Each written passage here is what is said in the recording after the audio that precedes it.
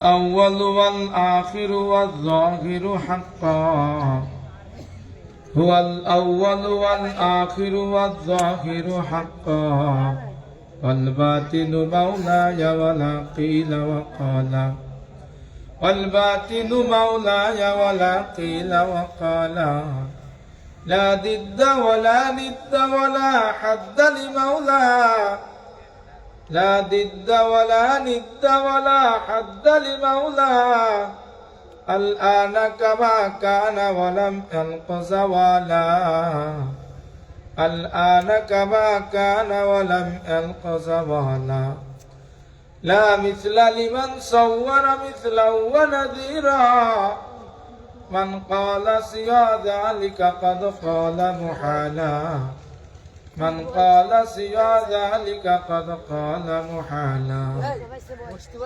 मौत को समझो गफल, मौत को समझो गफल, इख्तिताम जिंदगी, दर हकीकत मौत तेरे इब्तिदाए जिंदगी, दर हकीकत मौत तेरे इब्तिदाए जिंदगी.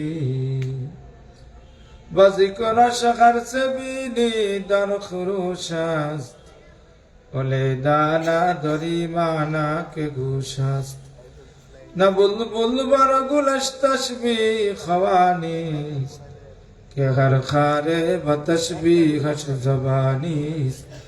সবাই একবার জিকির করি লা ইলাহা ইল্লাল্লাহ, লা ইলাহা ইল্লাল্লাহ, লা ইলাহা ইল্লাল্লাহ, লা ইলাহা ইল্লাল্লাহ, লা ইলাহা ইল্লাল্লাহ, লা ইলাহা ইল্লাল্লাহ. এই কালিমা পড়বে যারা কাজে লাগবে মরণ বেলা, এই কালিমা পড়বে যারা কাজে লাগবে মরণ বেলা. কবর হাসর মিজান ফুল সিরাতে হবে তোমার আলোর বেলা. লা ইলাহা ইল্লাল্লাহ, লা ইলাহা ইল্লাল্লাহ, লা ইলাহা ইল্লাল্লাহ, লা ইলাহা ইল্লাল্লাহ, লা ইলাহা ইল্লাল্লাহ. বাড়িওয়ালার বাড়ি থাকবে ওলা থাকবে না, বাড়িওয়ালার বাড়ি থাকবে ওলা থাকবে না, এমপি ওয়ালার পি থাকবে এমপি থাকবে না. লা ইলাহা ইল্লাল্লাহ, লা ইলাহা ইল্লাল্লাহ, লা ইলাহা ইল্লাল্লাহ, লা ইলাহা ইল্লাল্লাহ.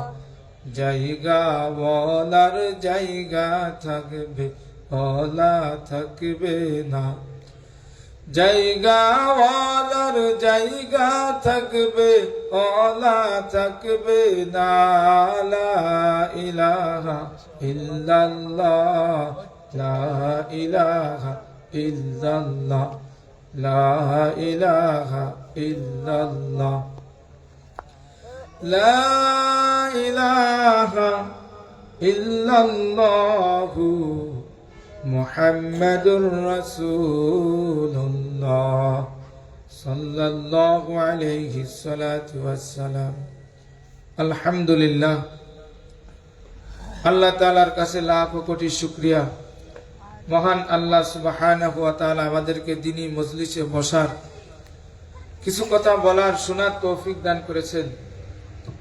এই জন্য সেই মহান রব্বে কারিমের শুকরিয়া জ্ঞাপন করি। সবাই বলি আলহামদুলিল্লাহ। শত কোটি দুরুদ সালাম বিশ্ব মানবতার মুক্তির দূত, বিশ্ব জাহানের সভাপতি, সরওয়ারে কায়নাত, आका ईमानदार तजेदार मदीना महबूब किबरिया जिगर गोशाय आमेना নবী মুহাম্মদুর রাসূলুল্লাহ। সবাই বলি সাল্লাল্লাহু আলাইহি সাল্লাতু ওয়াসসালাম।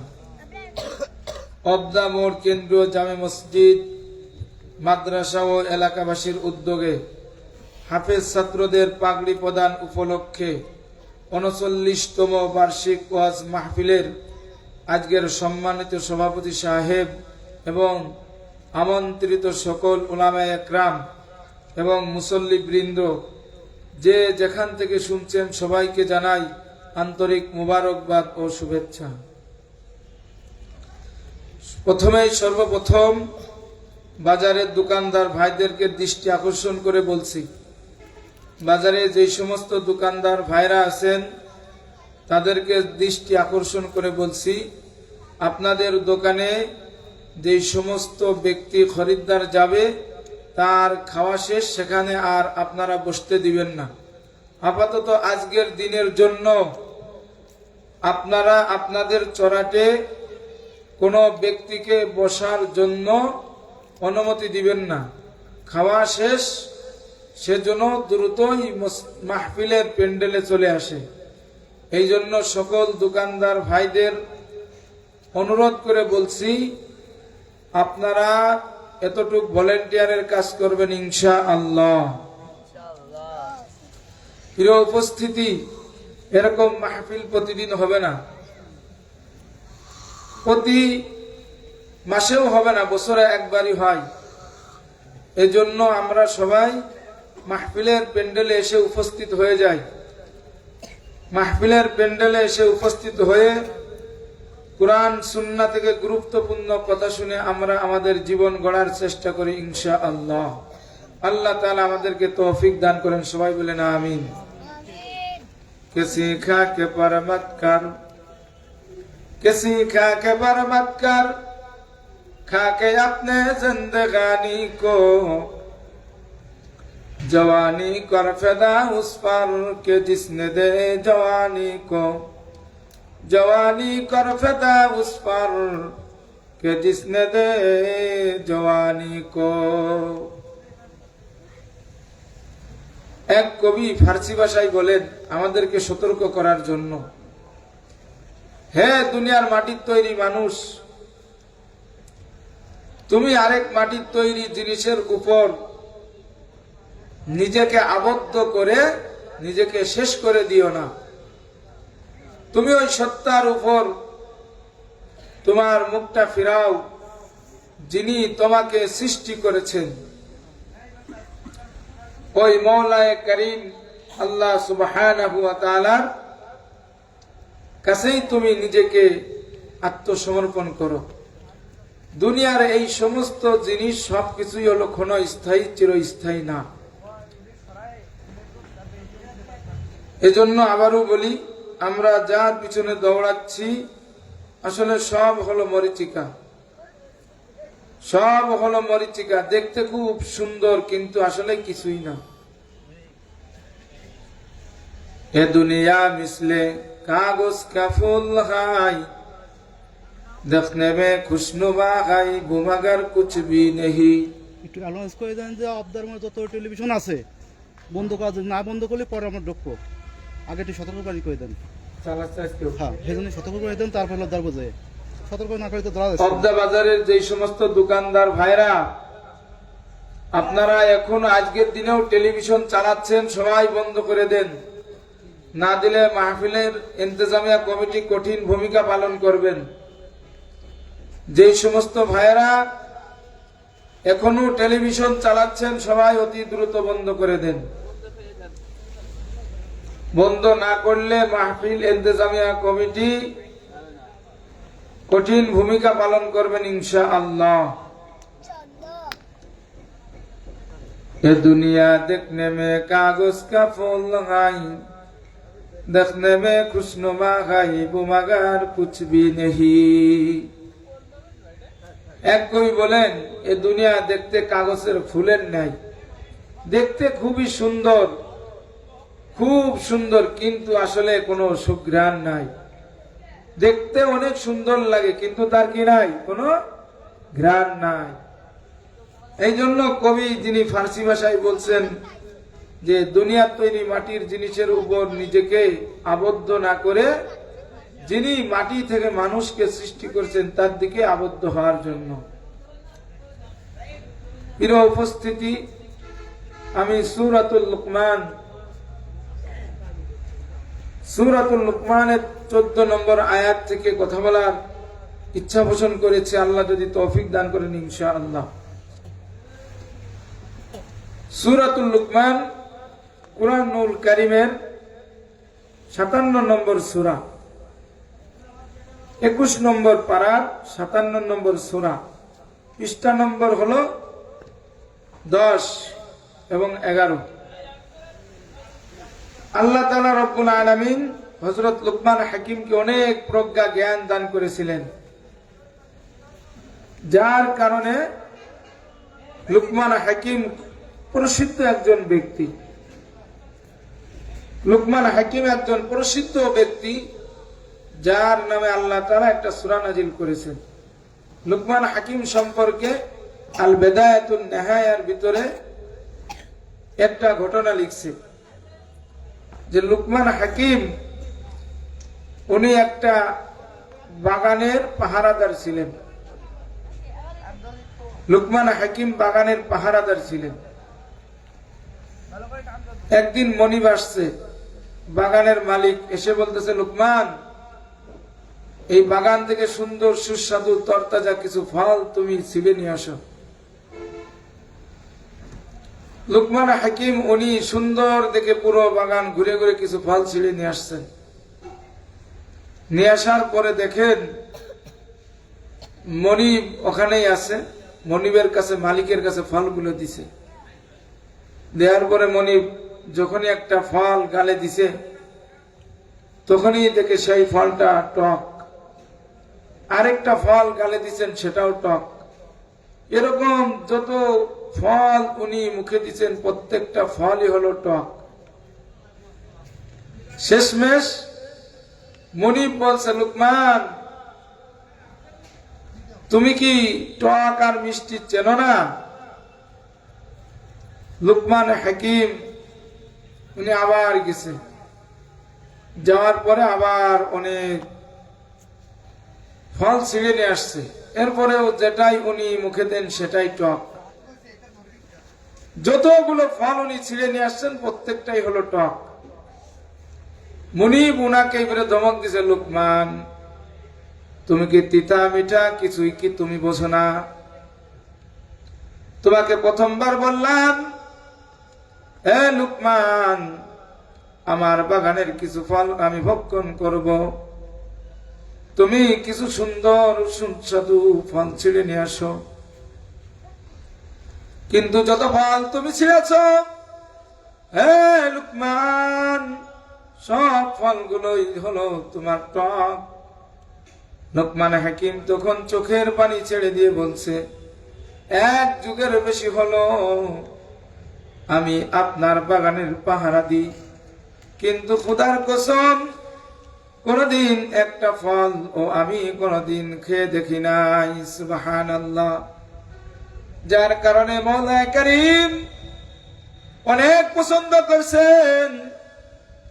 উনি ওনার ছেলেকে অনেক সুন্দর সুন্দর উপদেশ দিতেন, যেই উপদেশগুলো আল্লাহ তাআলার কাছে অনেক পছন্দ হয়েছে, যেই উপদেশগুলো আল্লাহ তাআলার কাছে অনেক পছন্দ হওয়ার কারণে মওলা কারীম কুরআনুল কারীমের ভিতরে উনি ওই লুকমান হাকিমের উপদেশগুলো দিয়ে দিয়েছেন। সুবহানাল্লাহ বলেন।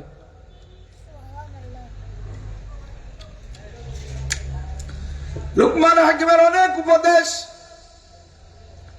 তার উপদেশের ভিতর থেকে একটা উপদেশ হলো, ওয়াসাইনাল ইনসানা বিওয়ালিদাইহি হামালাতুহু উম্মুহু ওয়াহনান আলা ওয়াহনিন ওয়া ফিসালুহু ফি আমাইনি আন ইশকুর লি ওয়া লিওয়ালিদাইক ওয়া ইলাইয়াল মাসির। আল্লাহ তাআলা খাঁটি বান্দা লুকমান ছেলেকে উপদেশ দিচ্ছেন, ওয়াসাইনাল ইনসানা বিওয়ালিদাইহি, হে সন্তান রে, তুমি তোমার পিতামাতার সাথে ভালো ব্যবহার করবা, তুমি তোমার পিতামাতার সাথে সুন্দর ব্যবহার করবা, পিতামাতার সাথে কোনোদিন তুমি খারাপ ব্যবহার করবা না। আল্লাহ তাআলার কাছে অনেক পছন্দ হয়েছে, আল্লাহ তাআলার কাছে এই ওনার উপদেশ অনেক ভালো লাগছে, যার কারণে আল্লাহ সুবহানাহু ওয়া তাআলা লুকমান হাকিমের উপদেশকে কুরআনুল কারীমের ভিতরে লিখে দিয়েছেন। সুবহানাল্লাহ। বর্তমান সময়ে পিতামাতা বড় অবহেলিত, বড় লাঞ্ছিত। সমাজে পিতামাতার কোনো মূল্য নাই। সন্তান বড় হলে পিতামাতার কোনো খোঁজ নাই না। এমন সন্তান পৃথিবীর সবচাইতে নিকৃষ্ট সন্তান। আমার মালিক ঘোষণা দিচ্ছেন, মওলাই কারীম আল্লাহ সুবহানাহু ওয়া তাআলা বলেন, রব্বিরহামহুমা কামা রাব্বায়ানি সগীরা, রব্বিরহামহুমা কামা রাব্বায়ানি সগীরা। পিতামাতার জন্য দোয়া করতে আল্লাহ সুবহানাহু ওয়া তাআলা আদেশ দিয়েছেন, পিতামাতার সাথে সুন্দর ব্যবহার করার জন্য আদেশ দিয়েছেন। আল্লাহর নবী বলেন, রিজাল রব্বি রিজাল ওয়ালিদাইন, আল্লাহ পাকের সন্তুষ্ট হলো পিতামাতার সন্তুষ্টির উপরে। সুবহানাল্লাহ। এই জন্য আমরা সমাজে যেমন চলি, পিতামাতার সাথে আমাদের খারাপ আচরণ, পিতামাতার সাথে আমাদের দুর্ব্যবহার আমাদের পরবর্তী জীবনে এক কুফল ডেকে আনবে। অনেক ঘটনায় হাদিসের ভিতরেও পাওয়া যায়। আল্লাহর নবী পিতামাতার সম্পর্কে অনেক হাদিস বলেছেন। এমন এমন হাদিস বলেছেন, পিতামাতা অসন্তুষ্টির কারণে ছেলের মুখ দিয়ে কালিমা বের হয় না, কথা পর্যন্ত বের হয় না। আল্লাহর নবীর একজন সাহাবী অসুস্থ হয়ে গেছে। তার স্ত্রী আল্লাহর নবীর কাছে সংবাদ পাঠাইছেন, বলছেন, ইয়া রাসূলুল্লাহ, আপনার সাহাবী অমুক খুব অসুস্থ, কিন্তু মুখ দিয়ে কথা বের হয় না। ওগো রাসূল, আপনি আসেন একটু দেখেন। আল্লাহর নবী হযরত বেলাল, হযরত উমর, উসমান আলীকে পাঠিয়েছেন, দেখে আসো তো আমার অমুক সাহাবীর কি অবস্থা। যে দেখে তার মুখ থেকে কথা বের হয় না। আল্লাহর নবী কাছে সংবাদ পাঠিয়েছেন হযরত বেলালের মাধ্যমে। হযরত বেলাল এসে বলছে, ইয়া রাসূলুল্লাহ, ওগো সরকার, আপনার সাহাবী অমুক, তার মুখ দিয়ে কথা বের হয় না। আল্লাহর নবী চলে গেছেন। যে দেখে তার মুখ থেকে কালিমা বের হয় না, কথা বের হয় না। আল্লাহর নবী জিজ্ঞাসা করছেন, তোমার পরিবারে কে কে আছে? বলছে, আমার একটা বৃদ্ধ শাশুড়ি আছে, তাছাড়া আর কেউ নাই। আল্লাহর নবী বলছেন, তাকে ডেকে নিয়ে আসো। যখন এই ডাক দিছে, বলছে, আপনার ছেলের মুখ দিয়ে কালিমা বের হয় না, আপনার ছেলের জুবান দিয়ে কথা বের হয় না। তখন ওই বৃদ্ধ মহিলা বলছে, আমার ছেলে আমার উপরে তার স্ত্রীকে বেশি প্রাধান্য দেয়, যার কারণে আমার মনে কষ্ট। এই কষ্ট লাগার কারণে আমি তার বড় সন্তুষ্ট। আল্লাহর নবী সাহাবা একরামকে বলছেন, যাও তোমরা লাকড়ি খড়ি জমা করো। এরপরে যখন জড় করছে, আগুন ধরাইছে, বলছেন অমুক রে পোড়াও। তখন মায়ের চোখ দিয়ে পানি বের হয়েছে, আর বলছে, ইয়া রাসূলুল্লাহ, আমি আমার সন্তানকে মাফ করে দিলাম। আল্লাহর নবী বেলালকে পাঠিয়েছেন, বলেছেন, বেলাল যাও দেখে আসো কালিমা পড়ে কিনা। হযরতে বেলাল যা দেখে তার মুখ থেকে কালিমা উচ্চারিত হচ্ছে। সবাই বলি সুবহানাল্লাহ। মা বাবার সন্তুষ্টি আল্লাহ তাআলার সন্তুষ্টি। মা বাবাকে কষ্ট দিলে আল্লাহ তাআলাও নারাজ হন, মুখ দিয়ে কালিমা বের হয় না, কথা বের হয় না। এই জন্য মা বাবাকে কষ্ট দেওয়া যাবে, মা বাবাকে কষ্ট দেওয়া যাবে না।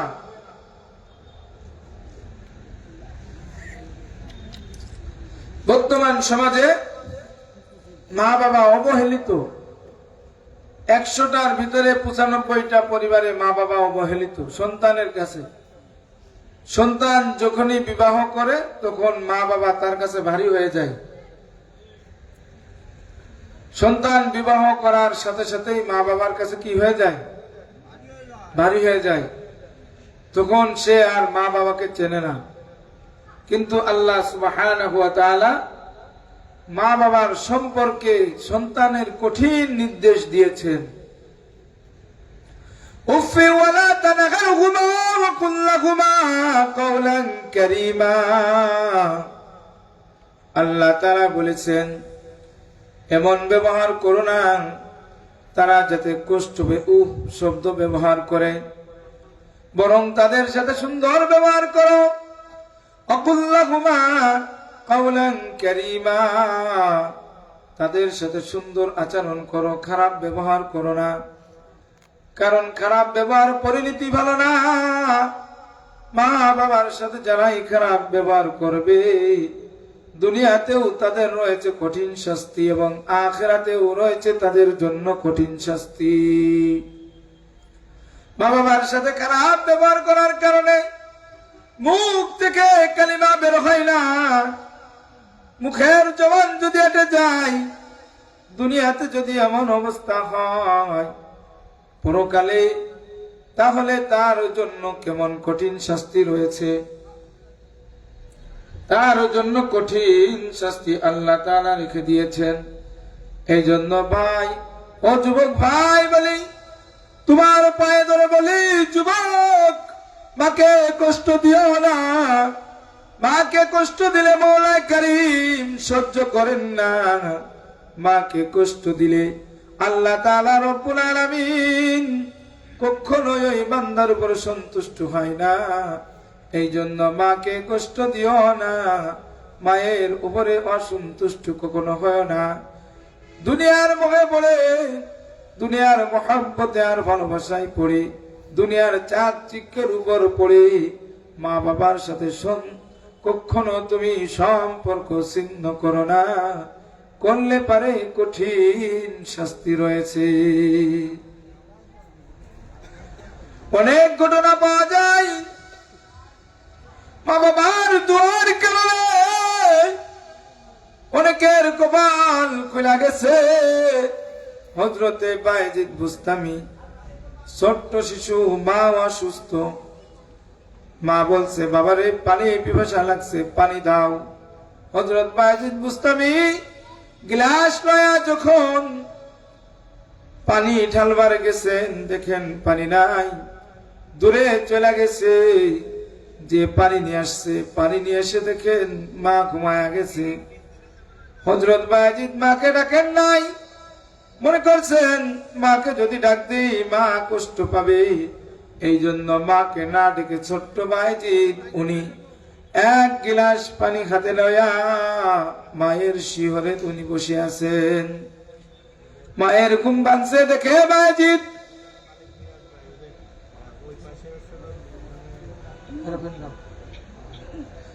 মায়ের ঘুম ভাঙছে দেখে যে হযরত বায়েজিদ তার ছোট্ট ছেলে পানি হাতে লয়া তার শিহরে বসে আছে। বলছে বাবা তুমি কখন থেকে বসে আছো? বায়েজিদ বলে মা তুমি যখন পানি খাইবার চাইছো, পানি নিয়ে এসে দেখি তুমি ঘুমায়া গেছো। আমি মনে মনে ভাবছি তুমি যদি এখন ঘুমিয়ে আছো, তোমাকে যদি ডাক দিই তোমার ঘুম ভেঙে যাবে, কষ্ট হবে। এই জন্য আমি তোমাকে না ডেকে পানি লয়া তোমার শিহরে বসে আছি। মা হাত তুলে দোয়া করছে বায়েজিদের জন্য। আল্লাহ তাআলা রব্বুল আলামিন গোটা পৃথিবীর ভিতরে বায়জিদের নাম ছড়ায় দিছেন। সুবহানাল্লাহ।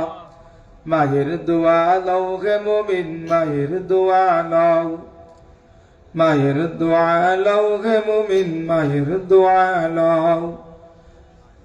বিপদে পড়বে না তুমি যখন যেথায় যাও, বিপদে পড়বে না তুমি যখন যেথায় যাও। মায়ের দোয়া লও গে মুমিন, মায়ের দোয়া লও, মায়ের দোয়া লও গে মুমিন, মায়ের দোয়া লও। ছোট্ট এক গিলাসের পানির ফলে হাত তুলে মা দোয়া করে, এক গিলাস পানির ফলে হাত তুলে মা দোয়া করে। বায়েজিদকে অলি বানাও, মায়ের দোয়া লও গে মুমিন, মায়ের দোয়া লও, মায়ের দোয়া লও গে মুমিন, মায়ের দোয়া লও। বায়েজিদকে আল্লাহ তাআলা কবুল করেছেন এক গিলাস পানির বদলতে। আল্লাহ তাআলা তার নাম গোটা জগতের ভিতরে ছড়ায় দিছেন। এই জন্য আমরাও যদি মা বাবার খেদমত করি, মাওলানা কারীম আমাদেরকেও ওইভাবে বায়েজিদের মতো কবুল করবেন। সুবহানাল্লাহ। এই জন্য মা বাবার খেদমত অত্যন্ত গুরুত্ব, অনেক দামি। কিন্তু বর্তমান সময়ে মানুষ বোঝে না, বর্তমান সময়ে মানুষ মা বাবার কদর করতে জানে না, যার কারণে মানুষ এমন চাকচিক্যর পিছনে পড়ছে। পড়ার কারণে মা বাবাকে ভুইলা গেছে। চাকচিক্য বুঝছেন মানে তার স্ত্রী। চাকচিক্য কি? সুন্দর একটা রূপসী মেয়ে হলে আর মা বাবাকে চেনে না, মা বাবাকে সে ভুলে যায়, মা বাবার খোঁজ একটিও সে নিতে চায় না। আমাদের সমাজে এমন। আল্লাহর নবী এক হাদিসের ভিতরে বলছেন, যখন দেখবা মানুষ তার মা বাবার সাথে খারাপ ব্যবহার করতেছে আর তার সাথী সঙ্গী বন্ধুদের সাথে ভালো ব্যবহার করতেছে, মনে করবা কিয়ামত আর বেশি দিন বাকি নাই। তখনই কিয়ামত ঘনিয়ে আসবে, তখনই কিয়ামত ঘনিয়ে আসবে। মা বাবার সাথে দুর্ব্যবহার করা কিয়ামতের আলামত। বর্তমান তো আপনার বৃদ্ধাশ্রম তৈরি করছে। মা বাবা বৃদ্ধ হয়ে গেলে সেখানে রাখার একটা প্ল্যাটফর্ম সবার যাচ্ছে। মা বাবা সমাজের বা বাড়ির একটা বোঝা, পিতামাতাকে সবাই বোঝা মনে করে, মনে করে মা বাবা একটা বোঝা, এই বোঝা সরাইতে পারলেই বুঝি পাচ্ছি। বৃদ্ধাশ্রমের একটি ঘটনা। বৃদ্ধাশ্রমে রাখার এক মায়ের ঘটনা লিখছে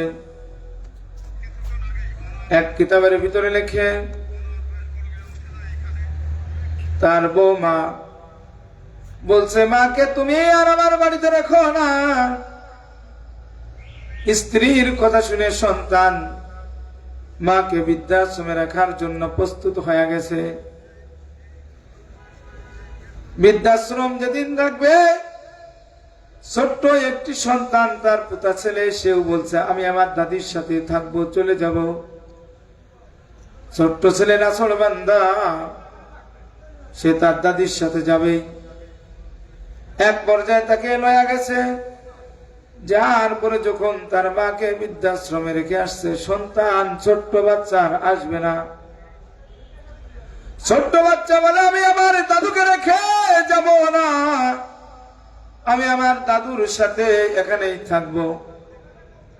স্ত্রী এবং সন্তান দুজন জোর করে তার সন্তানকে বাড়ি নিয়ে আসছে।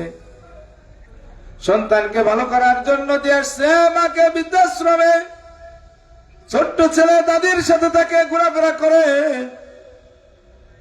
একটু পড়ালেখা কম করে, এই কারণে মনে করছে যে আমার শাশুড়িকে যদি বৃদ্ধাশ্রমে রেখে আসি তাহলে আমার সন্তান পড়ালেখায় উন্নতি হবে, বেশি সময় পাবে, পড়ালেখা বেশি করবে। কিন্তু যেদিন বৃদ্ধাশ্রমে রেখে আসছে, এরপর থেকে ওই সন্তান খাবার দাবার ছেড়ে দিছে। দাদির সাথে থাকতো, খাইতো, সুন্দরভাবে চলাফেরা করত। যখন তার দাদিকে বৃদ্ধাশ্রমে রেখে আসছে, রাখার কারণে এখন ওই সন্তানের মুখে আর ভাত যায় না, এখন ঠিক মতো ঘুমায় না, ঠিক মতো আর পড়ালেখা করে না, আগের মতো আর স্কুলেও যায় না দাদির চিন্তায়। এক পর্যায়ে দিক বৃদ্ধাশ্রমে বৃদ্ধ মা মারা গেছে। এমন সময় সন্তান ছোট্ট বালক দিনে দিনে বড় হয়েছে। বড় হইতে হইতে বাড়ির পাশের পাড়ার আশেপাশের সমস্ত বকাটে ছেলেদের সাথে মিলামেশা শুরু হয়েছে। তার পড়ালেখা বাদ দিয়া নেশার জগতে ডুবে গেছে। যত ধরনের নেশা ছিল পাড়া প্রতিবেশীর সাথে সব ধরনের নেশা সে করে। নেশার টাকা বাড়িতে চাই, মা বাবা যদি নেশার টাকা দিতে যদি তাকে যদি দিতে না চাই, তাহলে মা বাবার সাথে দুর্ব্যবহার করে, খারাপ ব্যবহার করে, এমনকি মা বাবার গায়ে হাত তুলতেও সে একটু দ্বিধাবোধ করে না। এই সন্তান এমন ভাবেই চলতেছে। চলতে চলতে একদিন বাবার কাছে টাকা চেয়েছে, বাবা টাকা দিতে স্বীকৃতি জ্ঞাপন করছে। তার নেশার যে তীব্রতার কারণে তার পিতাকে, আপন পিতাকে হত্যা করে ফেলাইছে। আস্তাগফিরুল্লাহ, এক পর্যায়ে পিতাকেও হত্যা করছে। পিতা যখন মারা গেছে, মা আছে জীবিত। এবার মায়ের কাছে টাকা চাই, টাকা দাও, নেশা করব। যদি মা যদি টাকা দিতে হওয়া স্বীকৃতি জ্ঞাপন করে, মায়ের গায়ে হাত তুলতেও সন্তান একটু দ্বিধাবোধ করে না। সন্তান তার মার উপরে হাত তোলে। মায়ে যদি কিছু বলে, তুমি আমার দাদিকে কেন বৃদ্ধাশ্রমে রেখে আসছো? আমি আমার দাদির সাথে হাসতাম, খেলতাম, তার সাথে থাকতাম, তার সাথে সব সময় চলাফেরা করতাম। আজকে আমার দাদির কারণে আজকে আমি খারাপে পরিণত হয়ে গেছি। সমাজের বকাটে ছেলেদের সাথে আমার উঠা বসা চলাফেরা। যদি তোমরা যদি আমার দাদিকে আমাদের সাথে রাখতা, তাহলে আমি পাড়াপতি ছেলেদের সাথে খেলাধুলা করতাম না, আমার দাদির সাথেই আমি খেলাধুলা করতাম আর থাকতাম, আমি আজও ভালো থাকতাম। আজকে নেশার জগতে যাওয়া, পিতাকে হত্যা করা সবই হলো তোমাদের কারণে। বরং আজকে আমার যা লাগবে সব কিছুই তোমাদের দেওয়া লাগবে। এভাবেই চলতে চলতে একদিন মা যখন ছেলেকে টাকা দিতে যখন অস্বীকৃতি জ্ঞাপন করেছে, মাকে ওই কুলাঙ্গার সন্তান হত্যা করে ফেলছে। নাউজুবিল্লাহ। একমাত্র কারণ হলো এখানে তার দাদিকে বৃদ্ধাশ্রমে রেখে আসা, সন্তানকে ভালো করবার জন্য রেখে আসছে। কিন্তু আল্লাহ তাআলা রব্বুল আলামিন ওই যে বৃদ্ধ মায়ের চোখের পানির বদলতে তার সন্তানদেরকে দুনিয়ার থেকে চিরতরে বিদায় করে দিছে। এ হলো বর্তমান আমাদের সমাজের একটা পরিস্থিতি। বিয়ের আগে সন্তান ঠিকই মা বাবার থাকে, বিয়ের পরে আর মা বাবার থাকে না। অধিকাংশ পরিবারেই এরকম একটা সমস্যা ফিল করতেছে। বিয়ের আগে মা বাবা সব, বিয়ের পরে মা বাবা কিছুই না। কয়েকদিন আগের ঘটনা, পাশের গ্রাম নদীর উপরের এক মহিলা আমার কাছে এসে কাঁদতেছে, হুজুর আমার ছেলে এখন আমার কথা শোনে না, আমার ছেলে এখন আর আমার কথা শোনে না। সে যে বিবাহ করছে সেই স্ত্রীর কথা শুনে আমার সাথে দুর্ব্যবহার করে, খারাপ ব্যবহার করে। বেশি দূরের ঘটনা না, এই যে নদীর উপারের ঘটনা। বলে হুজুর দোয়া করেন সন্তান যেন আমার কথা শোনে। সন্তান বাড়িতে থাকে, একই সাথে আমরা থাকি, কিন্তু সন্তান আগের মতো আর সৎ ব্যবহার করে না, আগের মতো আর সুন্দর ব্যবহার করে না। একদিন এসে তার মা আবার বলতেছে, হুজুর আমার সন্তান আর আমার সন্তানের স্ত্রী দুইজন আমাকে না বলে তারা দূরে চলে গেছে। সন্তান মনে করছে সুখে থাকবো, মা বাবাকে কষ্ট দিয়ে কোনোদিন সুখে থাকা যায় না। সন্তান সুখে থাকার জন্য মা বাবাকে ছাড়ছে, কিন্তু মওলায়ে কারীম বলেন ওয়ামাকারু ওয়ামাকার আল্লাহ, আল্লাহু খায়রুল মাকিরিন।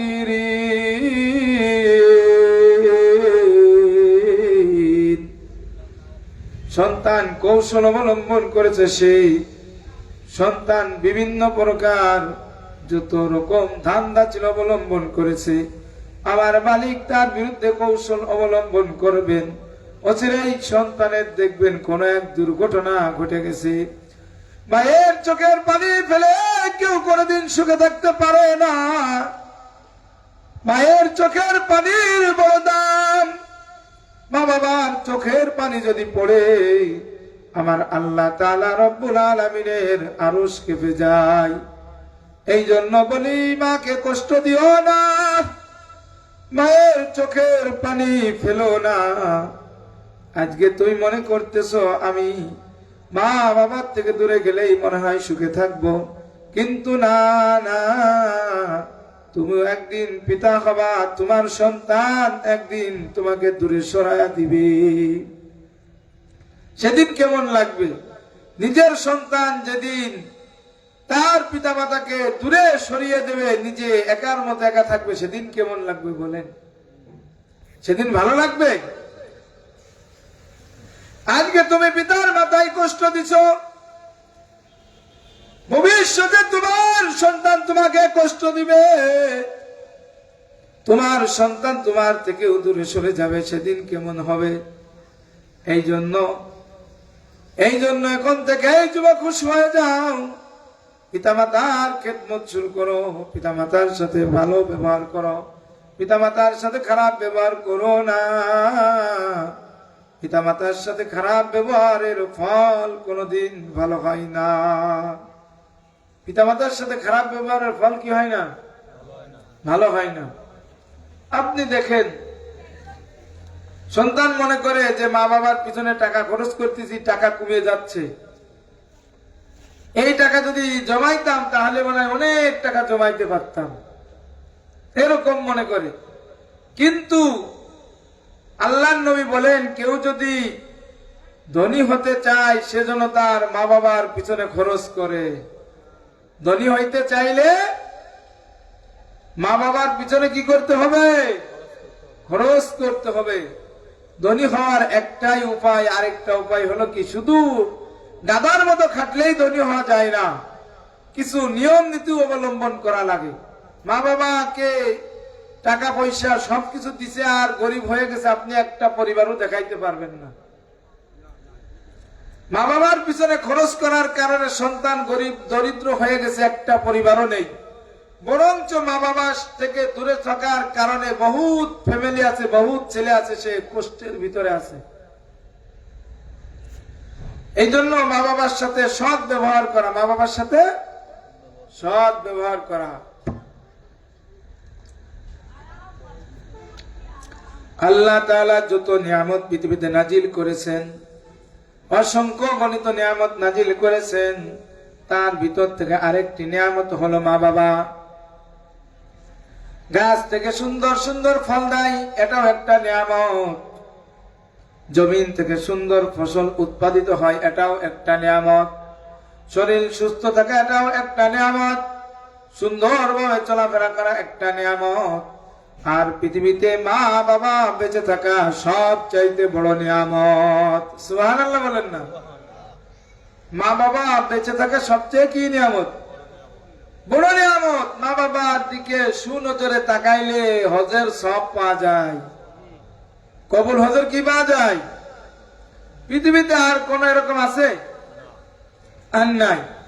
আল্লাহ নবীকে জিজ্ঞাসা করছে, গো রাসূল, যদি আমি প্রতিদিন 100 বার সুনজরে তাকাই তাহলে কি হবে?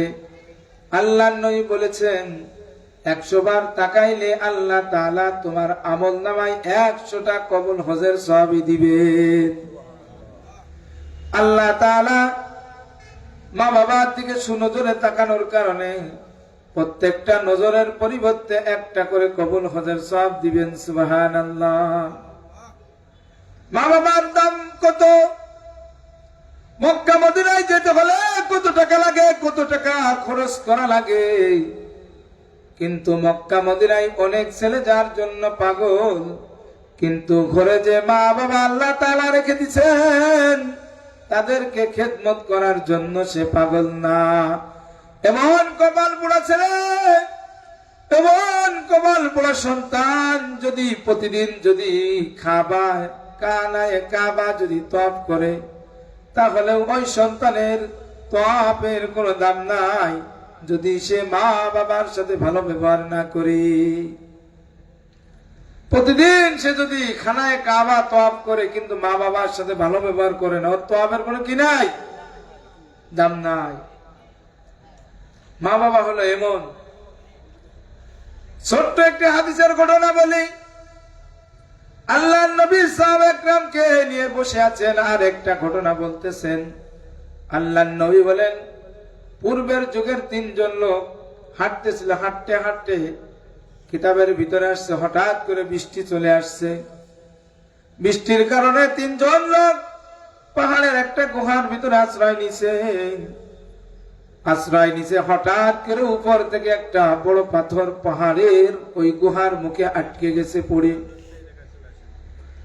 3 জন বলে, আসমান দেখা যায় না, বাইরের কোন আলো দেখা যায় না। আমরা 3 জন পরামর্শ করলাম, একে অপরকে বললাম, এখান থেকে বের হওয়া আমাদের নিজেদের নেক আমল ছাড়া আর কিছুই বের করতে পারবে না।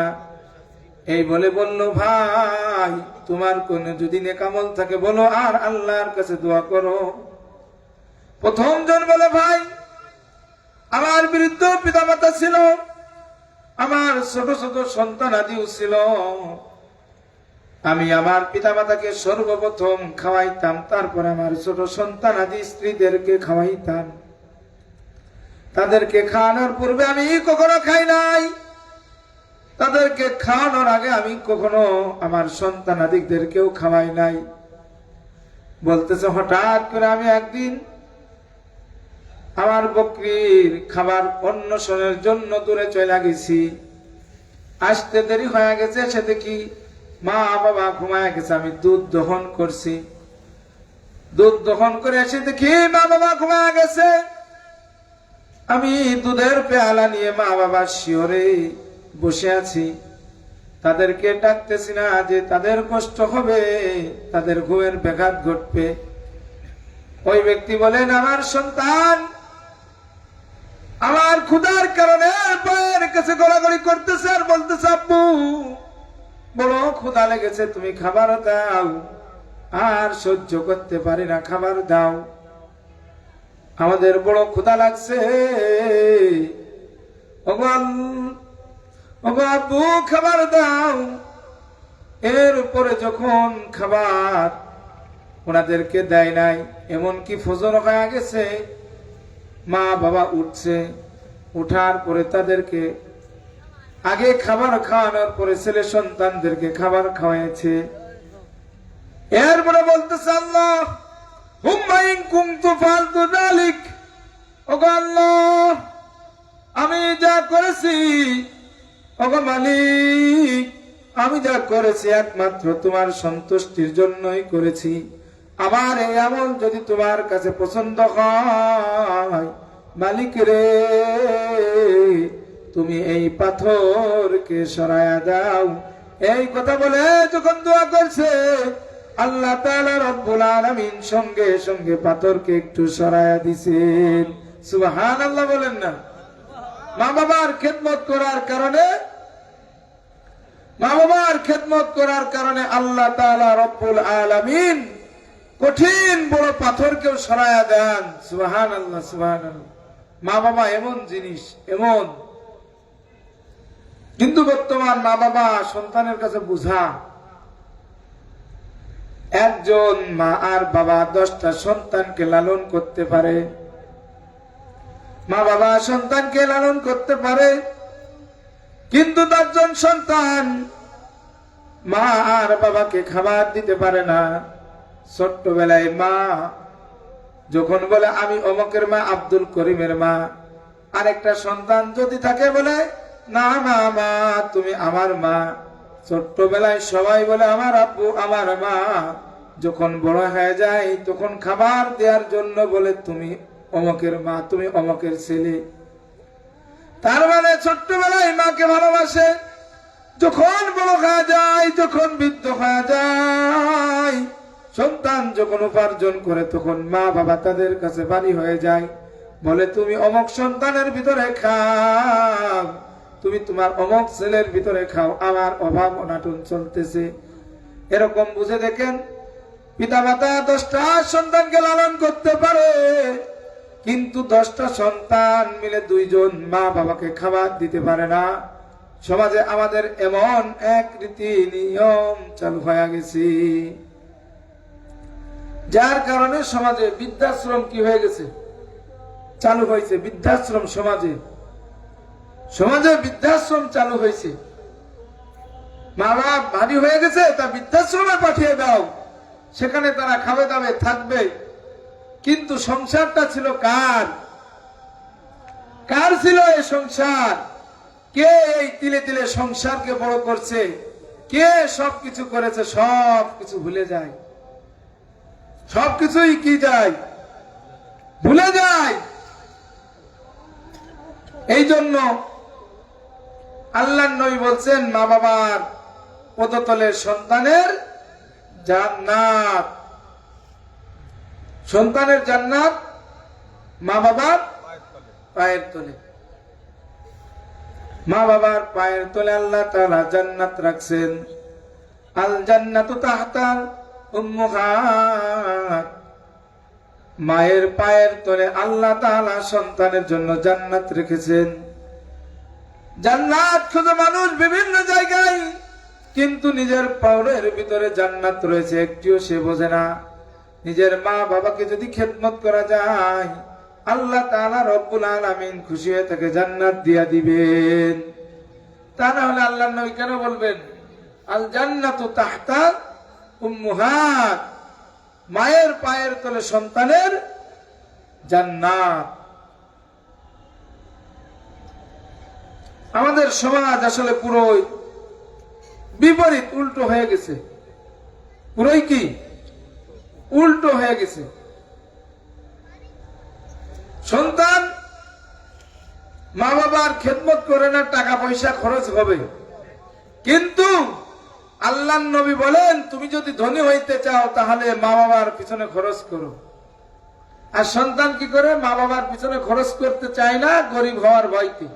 আর আল্লাহ তাআলা, আল্লাহর রাসূল বলেন মা বাবার পিছনে খরচ করলে আল্লাহ তাআলা ধন সম্পদ বাড়িয়ে দেন। উল্টো না? সম্পূর্ণ বিপরীত। সম্পূর্ণই বিপরীত আমাদের সমাজে চলতেছে। আবার বৃদ্ধাশ্রম বানিয়ে সেখানে মা বাবাকে বোঝা মনে করে সেখানে রাখিয়ে আসছে, বৃদ্ধাশ্রমে রেখে আসতেছে। অনেক মা বাবা অবহেলিত, অনেক মা বাবা সমাজে এখন অবহেলিত, বুঝে আসছে। কিন্তু আল্লাহ তাআলা রব্বুল আলামিন কোরআনের কারিমের বিভিন্ন জায়গায় আল্লাহ তাআলা মা বাবার খেদমতের সম্পর্কে আদেশ করেছেন। যেমন আল্লাহ তাআলা বলেছেন আকিমুস সালাহ, নামাজ কায়েম করো, নামাজ পড়ো। ওয়াতুজ যাকাত, যাকাত দাও। আল্লাহ তাআলা বলেন নামাজ পড়ো, যাকাত দাও। ওয়ালা তাকরাবুজ জিনা, জিনার কাছে যাও না, জিনার নিকটবর্তীও হয় না। নামাজ যেমন আল্লাহ তাআলার আদেশ, যাকাত প্রদান করা আল্লাহ তাআলার আদেশ, মা বাবার খেদমত করাও তেমনি আল্লাহ তাআলার আদেশ। সত্য কথা বলা আল্লাহ তাআলার আদেশ, মিথ্যা বর্জন করা আল্লাহ তাআলার আদেশ, সৎ পথে চলা আল্লাহ তাআলার আদেশ, অসৎ পথে না চলা আল্লাহ তাআলার আদেশ। তেমনি ভাবে আল্লাহ তাআলা রব্বুল আলামিন মা বাবার খেদমত করাও এটা আল্লাহ তাআলার আদেশ করেছেন। এটাও আল্লাহ তাআলার একটা আদেশ। এই আদেশ যারা অমান্য করবে তারা দুনিয়াতেও ক্ষতিগ্রস্ত হবে এবং আখিরাতেও তারা ক্ষতিগ্রস্ত হবে। দুনিয়াতে কালিমাই নসিব হবে না, দুনিয়াতে কি হবে না? কালিমা নসিব হবে না। কালিমা, মা বাবার সাথে যদি কেউ যদি রাত ব্যবহার করে, খারাপ ব্যবহার করে, তাহলে তার কালিমা নসিব হবে না। আল্লাহ নবীর সাহাবী হয়ে খালি মায়ের মনে এতটুকু কষ্ট, ওই বৃদ্ধা মহিলা বলছে যে আমার ছেলে সে দান সদকা করে, রাত্রে নামাজ পড়ে, খুব ভালো ছেলে, খুব ভালো ছেলে, কিন্তু হুজুর আমার ছেলের একটা দোষ, সেটা হলো আমার চাইতে আমার বৌমাকে সে বেশি প্রাধান্য দেয়, যার কারণে মরণের সময় তার কালিমা মুখ থেকে বের হচ্ছিল না। শুধু এতটুক, আরো কত দুর্ব্যবহার, রাত ব্যবহার, তাদের গায়ে হাত তোলা, কঠিন বিষয়, কিন্তু কঠিন বিষয়। আমাদের সমাজ একেবারে নষ্ট হয়ে গেছে, পুরোই নষ্ট হয়ে গেছে। এই জন্য মাইকের আওয়াজ যতদূর যায় সবাইকে আমি হাত জোর করে বলবো, হে যুবক, হে যুবতী বোন, মায়ের সাথে খারাপ ব্যবহার করো না, মায়ের সাথে ভালো ব্যবহার করো, পিতা মাতার সাথে সুন্দর ব্যবহার করো। যদি তাদের সাথে যদি তুমি খারাপ ব্যবহার করো তাহলে তোমার অপমৃত্যু হবে, তোমার দুনিয়াতেও তুমি লাঞ্ছিত হবা, পরকালেও তুমি খোদার জাহান্নামের ভিতরে তোমাকে যাওয়া লাগবে। এই জন্য দুনিয়াতে মা বাবার খেদমত করে জান্নাত কামাই করার একটাই সুযোগ। মক্কা মদিনায় হজ করতে গেলে হজ কবুল হবে কিনা সন্দেহ আছে, কিন্তু কেউ যদি মা বাবার দিকে ভালো নজরে তাকায়, সুন্দর নজরে তাকায়, আল্লাহ নবী বলেন তার কবুল হজের সওয়াব পাবে। সুবহানাল্লাহ। মক্কা মদিনার হজের ভিতরে কবুল হওয়া না হওয়ার ভিতরে সন্দেহ আছে, কিন্তু মা বাবার দিকে নেক নজরে তাকাইলে কবুল হজ হবে, এর ভিতরে কোনো সন্দেহ নাই। আমার কথা কি বুঝে আসতেছে? অনেকেই মনে করতে পারে তাহলে হুজুর হজ করা লাগবে না, হজ ফরজ হলে হজ করতেই হবে। হজ ফরজ হলে হজ করতে হবে, হজ না করলে সে গুনাহগার হবে। মা বাবার খেদমত না করার কারণে সে কি পাবে? জাহান্নাম পাবে। এই জন্য আমরা মা বাবাকে খেদমত করি, মা বাবার যথা সম্মান তাদের মর্যাদা দেওয়ার চেষ্টা করি। তাদের মর্যাদা যদি আমরা না দিই, আমরা যখন বৃদ্ধ হব আমাদের সন্তানেরাও আমাদেরকে মর্যাদা দিবে না, আমাদেরকেও তারা দেখভাল করবে না, আমাদেরকেও কি করবে না? তারা করবে, দেখভাল করবে না। এই সূরাতুল লুকমানের 34 নম্বর আরেকটা আয়াত আছে,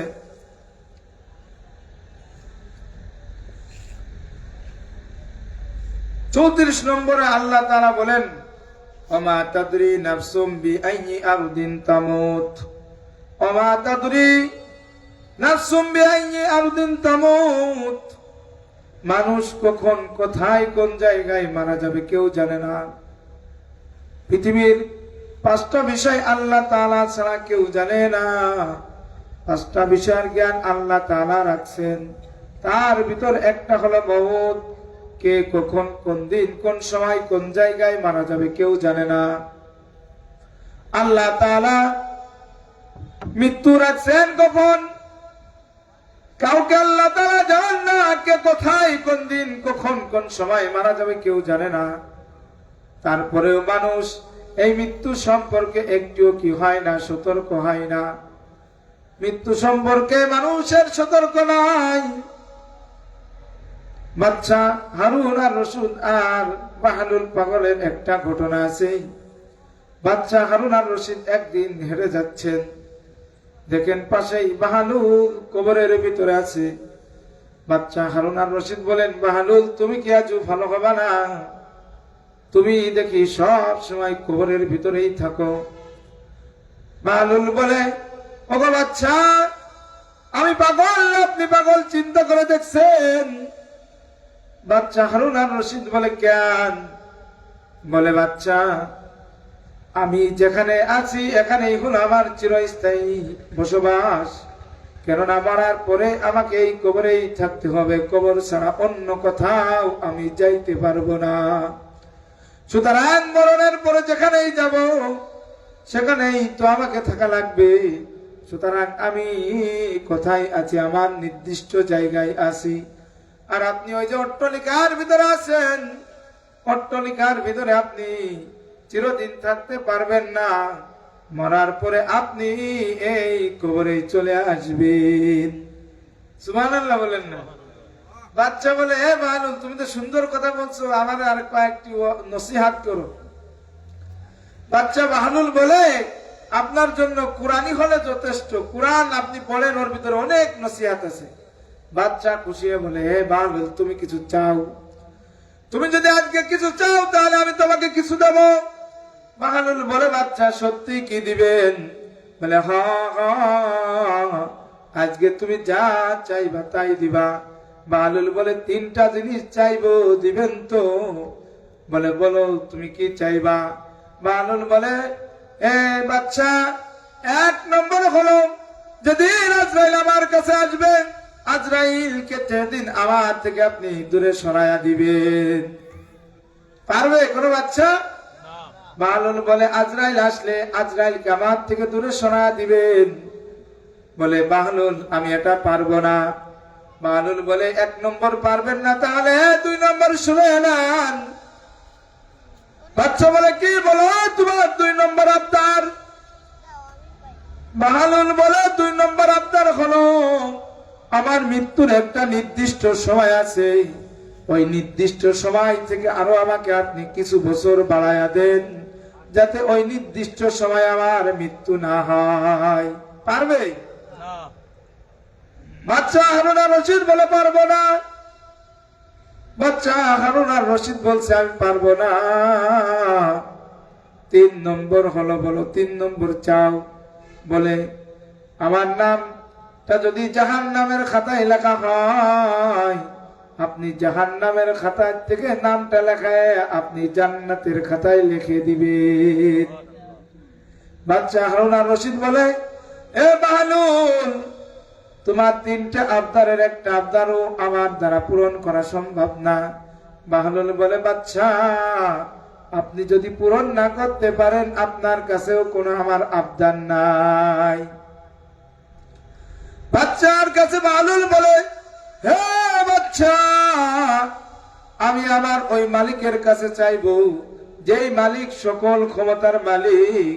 সুতরাং আপনি দুনিয়ার সামান্যতম বাচ্চা, আপনি আমাকে কিছুই দিতে পারবেন না, বরং আমি আমার মহান মালিক আল্লাহ সুবহানাহু ওয়া তাআলার কাছে ছাড়া আর কারোর কাছে কোনোদিন কিছু চাইবো না।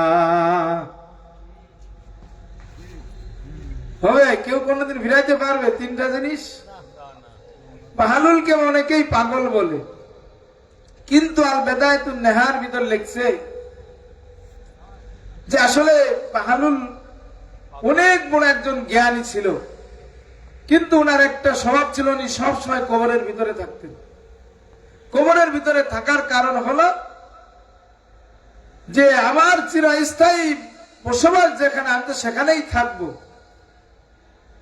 আর মানুষ বলতো বাহালুল শুধু কবরের ভিতর থাকে, কবরের ভিতর থাকে, কিন্তু ওনার চিন্তাধারা হলো ভিন্ন। আর আমরা কবর দেখলে ভয় পাই, আর বাহালুল কবরের ভিতরে থাকতো। তাফসীরে মারিফুল কোরআনের ভিতরে লিখছে আল্লামা শফি রাহমাতুল্লাহ আলাইহি, তুহফাতুল মুমিনিন আল মাউত। মউত হলো মুমিনের একটা হাদিয়া, আল্লাহ তাআলার সাথে সাক্ষাৎ করার একটা মাধ্যম। নেককার বান্দা যখন মারা যাবে আল্লাহ তাআলার সাথে, তখন তার কি হবে? সাক্ষাৎ হবে, সাক্ষাৎ হবে, দেখা হবে। মওত হলো মুমিনের কি আল্লাহ তাআলার সাথে সাক্ষাৎ হওয়ার একটা মাধ্যম। যেই কথাগুলো বললাম আল্লাহ তাআলা রব্বুল আলামিন আমাদেরকে তৌফিক দান করেন। সবাই বলেন আমিন। আখির দাওয়ানা আলহামদুলিল্লাহি রাব্বিল আলামিন। এখনই ইশার আজান হবে, আমরা ওযু করে মসজিদে নামাজ আদায় করব ইনশাআল্লাহ। বাকি নামাজের পরে আমাদের দাওয়াতি মেহমান চলে আসছেন, ওনারা ধারাবাহিকভাবে বয়ান করবেন, আমরা সবাই শুনবো ইনশাআল্লাহ।